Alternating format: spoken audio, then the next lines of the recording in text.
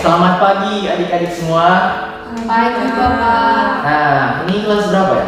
Kelas 3. Oh, kelas 3. Nah, jadi ini merupakan pertemuan pertama kita. Dan sebelum itu, biar kita lebih mengenal satu sama lain, Bapak akan absen terlebih dahulu.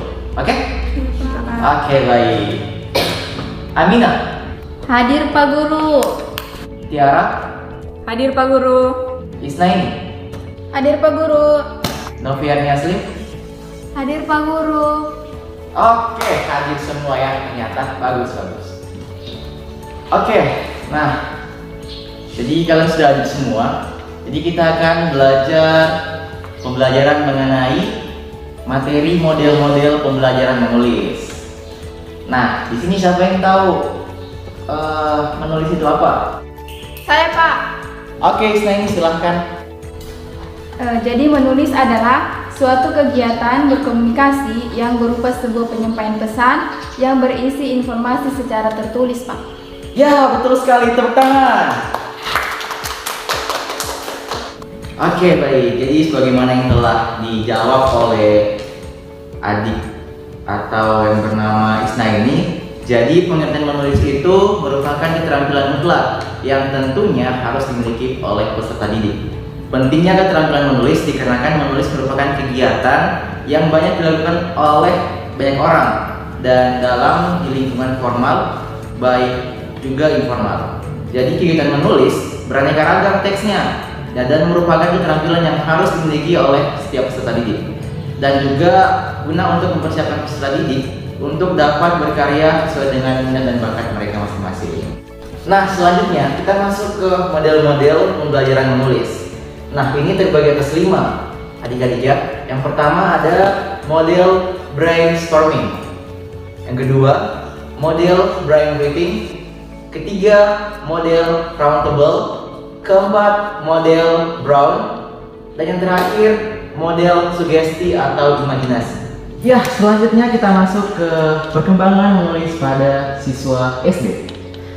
Menurut Cahyani dalam Hanifah tahun 2019 halaman 97 mengatakan bahwa terdapat kesejaraan antara perkembangan kemampuan membaca dan menulis. Pada umumnya, penulis yang baik adalah pembaca yang baik, demikian juga sebaliknya. Proses menulis juga dekat dengan menggambar.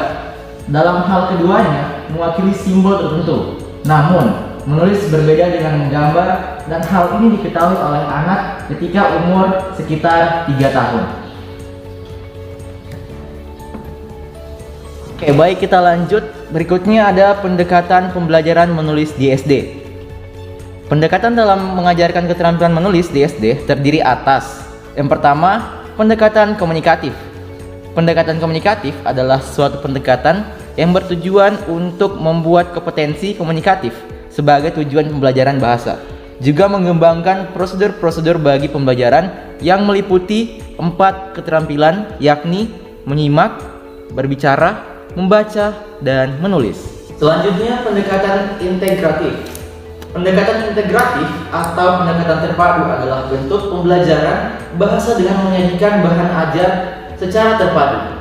Maksudnya yaitu dengan menyatukan atau menghubungkan dan juga mengaitkan bahan ajar sehingga tidak ada yang terdiri atas berdiri sendiri atau terpisah-pisah. Pendekatan integratif terdiri atas yang pertama, integratif internal. Yang kedua, integratif eksternal. Baik, selanjutnya pada poin berikut, pendekatan keterampilan proses.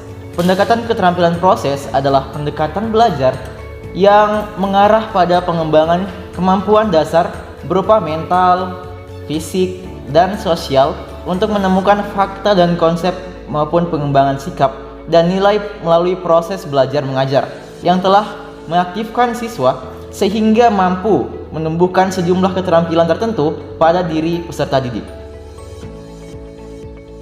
Oke, jadi selanjutnya kita masuk pada poin metode pembelajaran menulis di SD.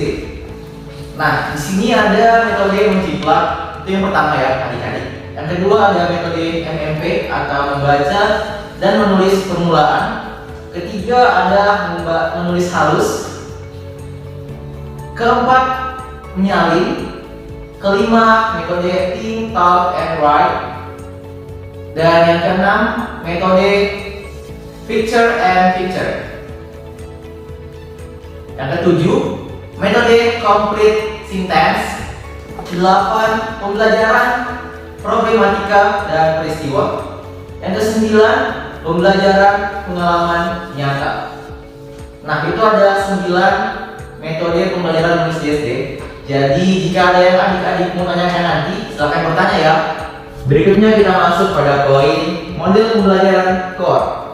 Nah, jadi model pembelajaran core merupakan model pembelajaran dengan metode diskusi yang di dalamnya terkandung unsur mengemukakan pendapat, tanya jawab antar siswa, dan sanggahan.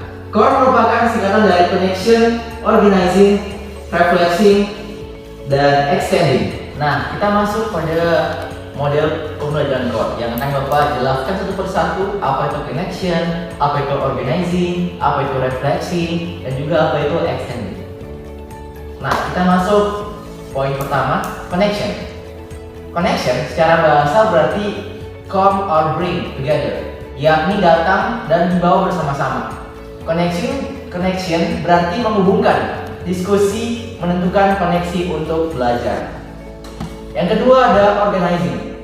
Organizing secara bahasa berarti arrange in a system that works well, yaitu disusun ke dalam suatu sistem sehingga dapat bekerja dalam hal yang baik.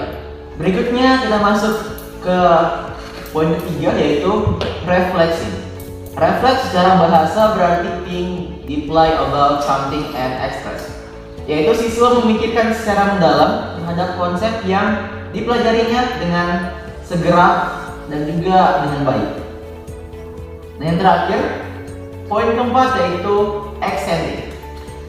Extending secara bahasa berarti make longer and larger, yakni membuat lebih panjang dan luas. Diskusi dapat membantu memperluas pengetahuan peserta didik. Oke anak-anak, sebelum Bapak memberikan tugas pada anak-anak peserta didik sekalian, jadi ada yang ingin bertanya? Saya Bapak. Oke, Aminah silakan. Bapak, apa itu metode menyalin Bapak? Wah, bagus sekali ya pertanyaannya Aminah. Nah, jadi Bapak akan menjawab mengenai pertanyaannya Aminah, yaitu apa itu metode menyalin. Nah, jadi menyalin dilakukan dengan beberapa tahapan, yaitu dari kata, kalimat, sampai wacana. Menyalin bisa dari kata, kalimat, dan wacana yang menggunakan huruf lepas.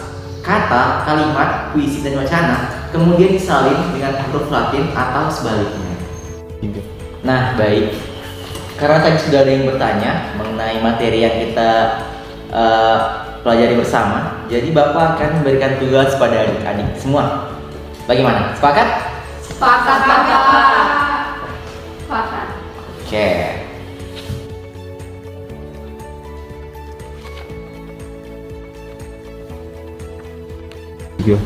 Nah, adik-adik semua, jadi ini ada kertas yang Bapak akan kasih pada adik-adik atau peserta didik yang nantinya akan kalian isi ya sesuai dengan kalimat yang benar.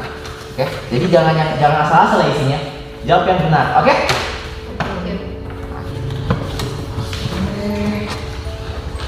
Ini untuk Aminah, ini untuk Tiara, ini untuk Isnaini, dan ini untuk Novia. Oke, selamat mengerjakan.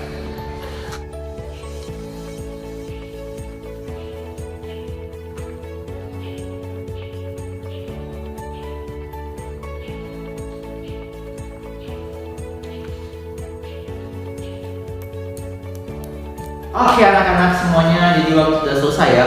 Silakan dikumpul di meja Bapak dan nanti Bapak akan periksa di kantor, di ruangan Bapak. Oke, silakan. Sudah. Oke.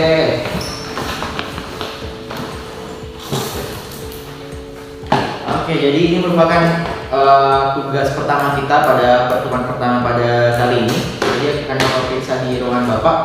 Berdoa semoga nilai teman-teman semua atau adik-adik semua dapat 100. Baiklah, kita akhiri pertemuan pertama kita pada hari ini dengan ucapan wassalamualaikum warahmatullahi wabarakatuh. Waalaikumsalam warahmatullahi wabarakatuh.